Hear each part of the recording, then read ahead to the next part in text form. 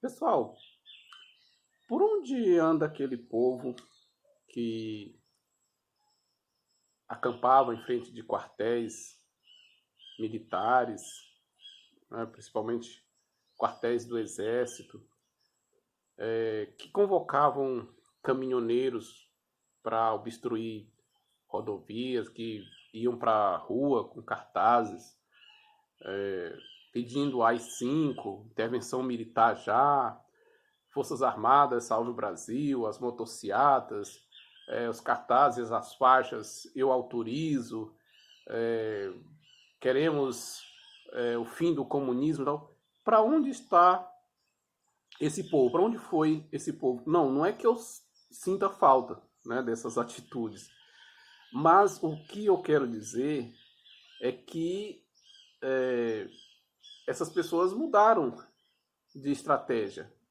né?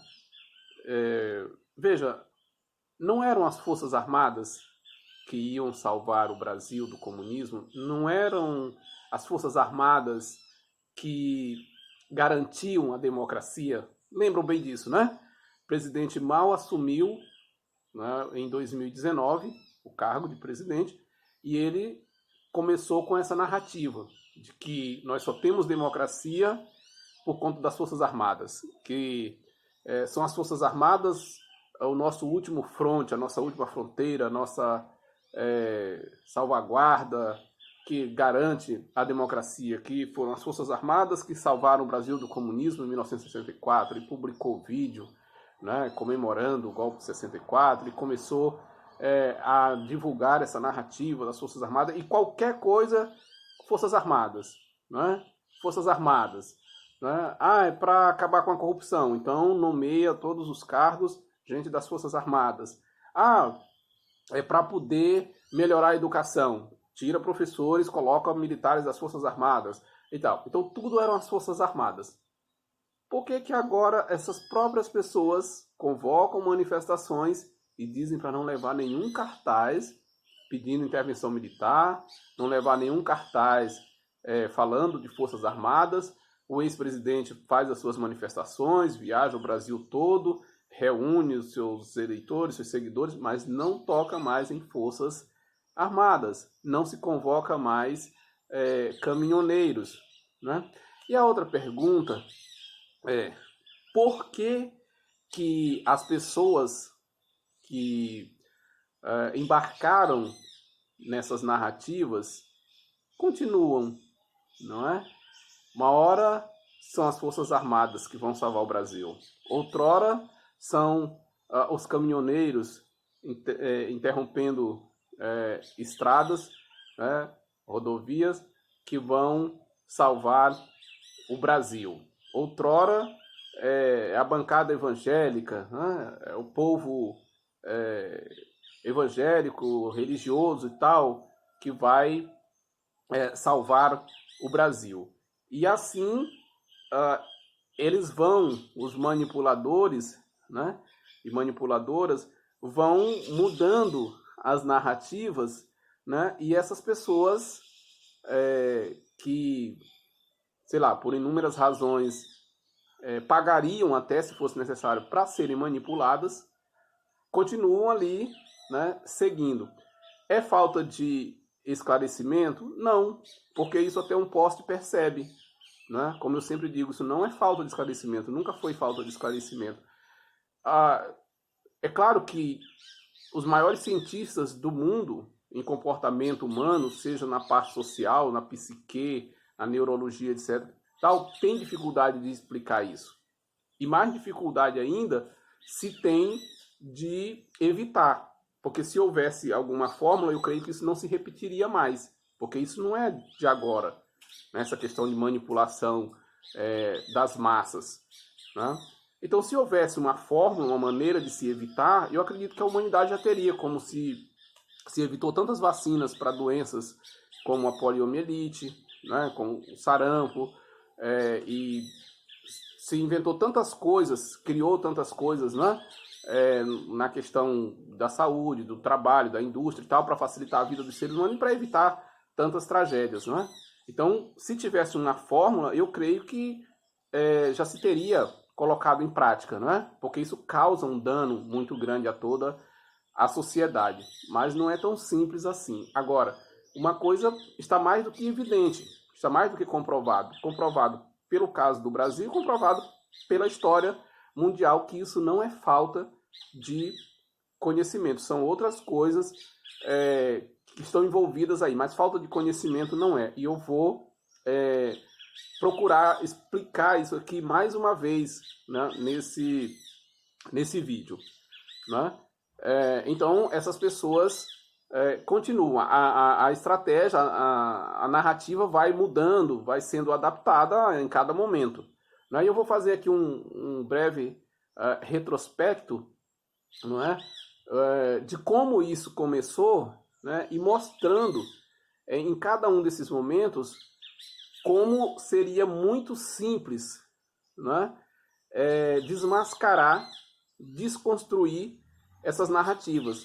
Mas as pessoas que aderiram e que continuam a aderir a essas narrativas preferiram, né, consciente ou subconsciente ou inconscientemente, não sei, mas por falta de conhecimento, repito, nunca foi uma questão de ignorância, né? Essas pessoas preferem continuar, né, seguindo essas narrativas que elas próprias nunca acreditaram. Elas não acreditam nessas narrativas. Né? Elas sabem que nunca houve distribuição de kit de erotização de crianças em escolas. Elas sabem que o PT nunca foi um partido comunista. Elas sabem que o comunismo nunca foi uma proposta efetivada em nenhuma parte do planeta Terra. Né? O comunismo científico, o comunismo moderno, nunca foi. Né? Que mesmo as propostas socialistas, a mais influente, a mais abrangente, né? A mais destacada, né? Dos tempos modernos, que foi da União das Repúblicas Socialistas Soviéticas, ela ruiu, ela fracassou, né? E isso foi plenamente registrado, né? Divulgado, né? Estudado a partir de 1989 com a queda do Muro de Berlim, a abertura, né, da União Soviética, a desintegração da União Soviética. Isso qualquer aluno do 9º ano do ensino fundamental sabe. Portanto, não se trata de ignorância. Essas pessoas sabem que tudo isso são fantasias, tudo isso são narrativas. Elas sabem que o Brasil, por exemplo, nunca teve nenhum problema com relação à questão de vacina. Né? Nós sempre fomos uma referência mundial quando o assunto é vacina. Nunca tivemos um caso no Brasil de uma morte pelo fato da pessoa tomar vacina. Pelo contrário, milhões de pessoas livres da poliomielite, livres do sarampo, livres de tantas outras doenças, graças à seriedade, né, com que se trata a questão das vacinas no Brasil. Então, nunca foi ignorância. Não é? Existe um ditado que eu normalmente recorro a ele, que é assim: o amigo não tem defeito, né? O inimigo não tendo, a gente arruma. E eu vou fazer aqui um paralelo, porque ele realmente tem tudo a ver. Né? Nos finais dos anos 1920, início de 1930, né? A Alemanha era o país mais industrializado da Europa. Era o país com o maior número de doutores. Não por acaso, a Alemanha continua sendo, né, o país mais industrializado da Europa, né, depois de perder 2 guerras, e mesmo depois de sair arrasada da Primeira Guerra Mundial, né, a Alemanha, em menos de 10 anos, menos de uma década, se recuperou com todas as sanções que ela sofreu, né, e patrocinou uma guerra 10 vezes, sei lá quantas vezes maior do que a primeira. Então veja que não se trata de qualquer país, né? Não é um país de gente analfabeta, não é um país de uma cultura rural, de um povo, como se diz, né, comumente atrasado e etc. Não, não. Então vem a pergunta óbvia: por que que o povo alemão daquela época aderiu às narrativas de Hitler, né? E embarcou na maluquice dele, né? Tem várias explicações, mas uma delas é que é isso que eu acabei de falar. Quando um amigo não tem defeito, o inimigo não tendo, a gente arruma. Ou seja, todos nós, né, seres humanos, temos as nossas inquietações, né? As nossas frustrações. E sempre procuramos, o que é natural, encontrar os responsáveis, né, a culpa por essa situação, né? E quando nós somos convencidos, nós nos convencemos ou nos permitimos convencer de que algo ou alguém é o culpado por isso, né, é culpado por isso, evidentemente que nós vamos empenhar, né, envidar todos os esforços necessários para debelar, para vencer, para superar, para eliminar, para exterminar esse problema, essa causa da nossa dor, da nossa angústia, daquilo que nos causa dor, que nos atrapalha. Então Hitler, né, era um cara medíocre, né, intelectualmente limitado, né, bastante, né? Porém, não se pode confundir mediocridade intelectual, cognitiva, com falta de ardil, né, de ambição. Conquanto ele fosse uma pessoa extremamente medíocre, complexada, né, que na verdade não era medíocre, né? Ele era mais do que isso. Medíocre é quem está na média, né? Ele era uma pessoa inferior mesmo, né? Intelectualmente, moralmente, mas ele era extremamente ambicioso e ardiloso. Então, Hitler sabia como capitanear, como atrair, né? Como fidelizar esse sentimento, né, de frustração da população alemã da época, né? E ele pensou o seguinte, né? Mais ou menos como o filósofo lá, acho que é o Arquimedes, né? Dê-me uma alavanca e um ponto de apoio e eu erguerei o mundo, mais ou menos isso, né? Então, ele disse, se eu encontro um ponto de atração, né? Se eu encontro algo que possa unir, uma causa que possa unir a maior parte da população, eu realizarei o meu sonho de ser um novo César, né? De dominar a Alemanha, depois a Europa, depois o mundo. E ele, então, analisou, né? E encontrou no povo judeu, eu não sei se ele tem algum parentesco, né, com um antigo persa chamado Amã. Quem lê a Bíblia conhece essa história e sabe que Amã teve uma ideia exatamente semelhante à do Hitler, né? Que foi de usar o povo judeu, na época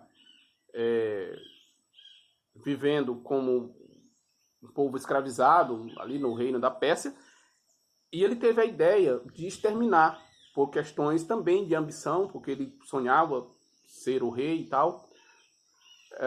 E ele então engendrou um plano, não é?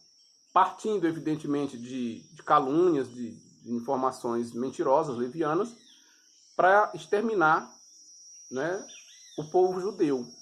Levou o plano ao rei, enganou o rei, convenceu o rei de assinar um decreto autorizando o extermínio do povo judeu.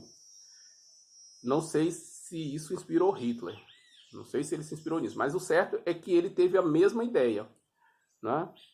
Ele pensou o seguinte, né? Se eu conseguir algo que aglutine o povo, que una o povo em prol de uma causa, evidentemente que eu terei sucesso na minha empreitada. A Alemanha atravessava uma crise econômica grave? Sim. Tinha acabado de sair de uma guerra, não tinha sido derrotada, tinha sofrido inúmeras sanções, inúmeras limitações, não podia investir em armas de guerra, não podia ter exército, não podia comprar nem vender para quem quisesse, enfim, uma série de sanções, como acontece com todos os países quando perde uma guerra. Estava arrasada. O povo estava deprimido? Estava triste? Estava com poucas perspectivas? Estava. Né? Havia crise econômica, havia tudo de ruim estava acontecendo na Alemanha naquele momento. Isso é verdade. A questão é, o que o povo judeu tinha a ver com isso? Né? Foi o povo judeu que decretou guerra contra a Alemanha? Foi o povo judeu que impôs sanções à Alemanha? Foi o povo judeu que matou alemães na guerra? Nada disso. Hitler sabia que o povo judeu tinha nada a ver com isso? Sabia. O povo alemão sabia que o povo judeu não tinha nada a ver com isso? Sabia. Empresários sabiam, jornalistas sabiam, cientistas sabiam, políticos sabiam, militares sabiam. Por que então embarcaram? Como eu falei anteriormente, nem os melhores cientistas conseguem explicar com muita exatidão isso. O certo é que essas coisas acontecem. O certo é que o ser humano gosta disso. Tem essa propensão. De quando está angustiado, de quando está frustrado, de quando se sente acuado, oprimido, ameaçado, ele tende a encontrar um culpado, uma culpada para a sua dor, para o seu sofrimento, para o seu medo, para as suas ameaças. E o primeiro que ele escolhe, ele passa a ter como inimigo e como alvo para destruir, para excluir, para exterminar. Então Hitler teve essa maravilhosa, né, brilhante ideia. Precisamos de um alvo. Precisamos convencer a nação de que todos os nossos problemas, fome, pobreza, carestia, corrupção na política, tudo tem uma causa, o povo judeu. Tudo se resolverá eliminando essa causa, o povo judeu. E aí, deu no que deu, que todos conhecemos a história. Provavelmente, ou será, coincidentemente, não sei, Hitler se inspira em Haman. E aí, Hitler vai inspirar muitas outras pessoas, outras lideranças até hoje. Foi o que aconteceu no Brasil, é o que está acontecendo no Brasil. Não é? Quando eu perguntei por que as pessoas pararam de acampar em frente a quartéis, por que elas pararam de invocar caminhoneiros, de pedir intervenção militar, e agora elas continuam com a mesma disposição para participar de manifestações, apenas mudando a narrativa, agora a questão é pela nossa liberdade. Eu te pergunto, qual é o problema que nós estamos tendo com liberdade? Quem é que não está podendo escrever no Brasil, publicar seus textos,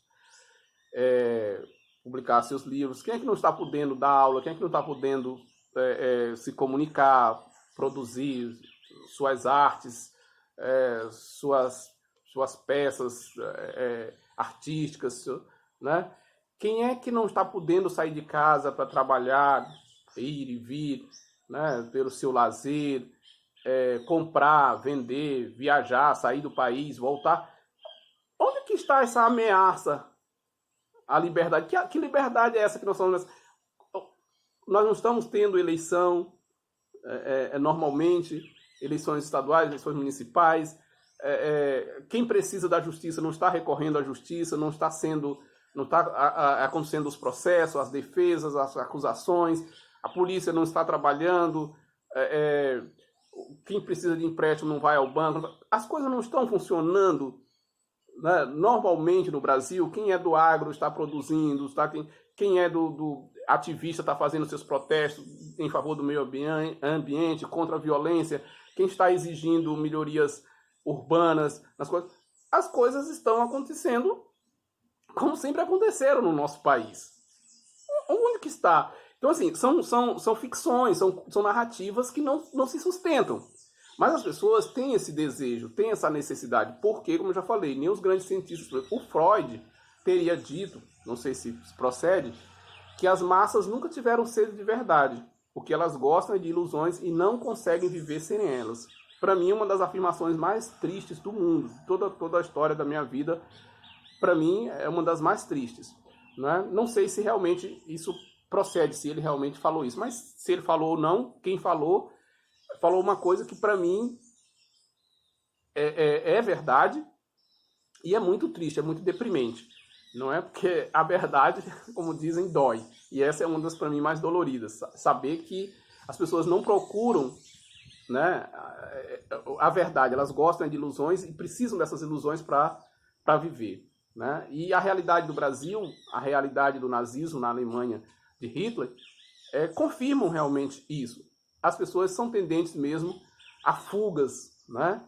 A criar realidades paralelas quando elas estão diante de uma ameaça real ou hipotética, como no caso da Alemanha de Hitler, que a ameaça puramente inventada era o povo judeu, e nós, no Brasil de hoje, né, que a ameaça completamente hilária é o comunismo, e o comunismo do PT, a ditadura comunista do PT. Isso é tão hilário, né? Eu faço aqui uma pequena digressão. Isso é tão hilário, né? Que se essas pessoas tivessem um pouquinho de boa intenção, um pouquinho de boa fé, só um pouco, elas iriam pesquisar, elas iriam procurar saber a história do PT. Como foi que o PT surgiu? Onde o PT surgiu? Quem idealizou o PT? E elas iriam compreender de forma muito serena, muito simples e objetiva, bem rapidinho, não demoraria 2 minutos, uma consulta. Elas iriam ver que uma das principais razões do PT ter surgido foi impedir, foi frear, foi barrar um possível crescimento, uma possível consolidação do comunismo no Brasil. Essa foi a razão do PT ter surgido. É só você observar, por exemplo, o que o PCdoB, que é um partido comunista, o PCB, que é partido comunista, fazem, a contribuição que eles dão para o PT, para os governos do PT, seja no âmbito federal, municipal ou estadual, o quanto PCdoB, PCB, esses partidos apoiam, estão sempre do lado, e qual é o grau de influência, né, desses partidos nos governos do PT, principalmente no governo federal. Quais são as pastas que eles ocupam, qual é o protagonismo que eles têm de retorno do PT. E nunca vão ter, como o MDB, como União Brasil. É só você observar, por exemplo, agora, qual foi a posição do MDB, qual foi a posição do União Brasil, qual foi a posição do Podemos, qual foi a posição desse pessoal do Centrão no processo de impeachment da Dilma, na Lava Jato, etc. e tal. De que lado eles ficaram, não é? E quais são as posições que eles ocupam hoje dentro do governo do PT? Qual foi a posição do PCdoB? Qual foi a posição do PCB, por exemplo, nessa crise toda que culminou no impedimento da Dilma, né? E quais são os cargos, qual o destaque que eles têm dentro do governo. Então, eu faço essa digressão, né? Se você tiver curiosidade, pesquise lá para você saber, né, como foi que o PT surgiu, qual era um dos propósitos do PT.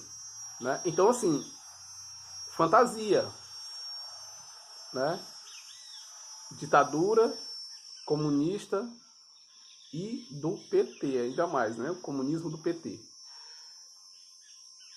Doutrinação, Paulo Freire, distribuição de kit gay nas escolas, banheiro unissex nas escolas, plantação de maconha nas universidades, orgia nas universidades, vacina que transforma a gente em jacaré, né? Vacinas contaminadas para matar pessoas de Covid, enfim, as mais inusitadas, as mais hilárias, cômicas, bizarras narrativas inventadas. Então não importa quão bizarra, não importa quão pé sem cabeça, não importa quão fora da realidade, quão ilógica seja a narrativa. Não é a questão da veracidade, da coerência, da probabilidade de verdade que tem nessas narrativas que atrai essas pessoas. Pelo contrário, quanto mais inusitada, quanto mais sensacionalista, quanto mais fora do convencional da realidade, mais elas são atraídas. Então não é falta de conhecimento. Alguns estão chamando isso de dissonância cognitiva coletiva. Não sei, pode ser. Mas o que aconteceu foi isso, né? E o que está acontecendo. E fazendo o retrospecto que eu falei anteriormente, né? Isso tudo foi muito bem planejado. Né? Não vamos esquecer que os alvos dessas campanhas de desinformação, de desqualificação, de desacreditação, de descredibilização, não foram escolhidos aleatoriamente. Primeiro, eles não surgem espontaneamente. Tudo é arquitetado para dar essa impressão de que foi algo espontâneo, mas não foi espontâneo. Nunca foi espontâneo, foi tudo sempre muito bem planejado, né? Testado, discutido por horas, por dias, para ser aplicado. Né? Segundo, não foi aleatório. Os alvos foram escolhidos meticulosamente, planejado. Né? Planejado. Qual foi o primeiro alvo? Não poderia ser outro. O primeiro alvo desse processo de desconstrução, desse processo de implantação de uma nova realidade baseado em fantasias, baseado em narrativas, em coisas criativas e etc. e tal, foi a categoria dos professores e professoras. Né? Esse foi o primeiro, digamos assim, carro-chefe dessa campanha. Lá em 2016, começa-se essa questão da cartilha para erotizar crianças distribuídas nas escolas. Agora, por que professoras e professores foram escolhidos como alvo? E por que a estratégia foi algo tão absurdo e tão fácil de ser desmascarado? Parece ilógico, parece um suicídio, uma estratégia dessa. Mas não é. Essa estratégia, ela foi exitosa, ela foi vitoriosa e ela foi escolhida, né, pelo grupo que orquestrou isso, que planejou tudo que está acontecendo hoje, justamente pelo poder, né, que ela tinha, né, de dar segurança. A margem de segurança era muito grande. Né? Seria mais ou menos como você testar, sei lá, uma corda, por exemplo.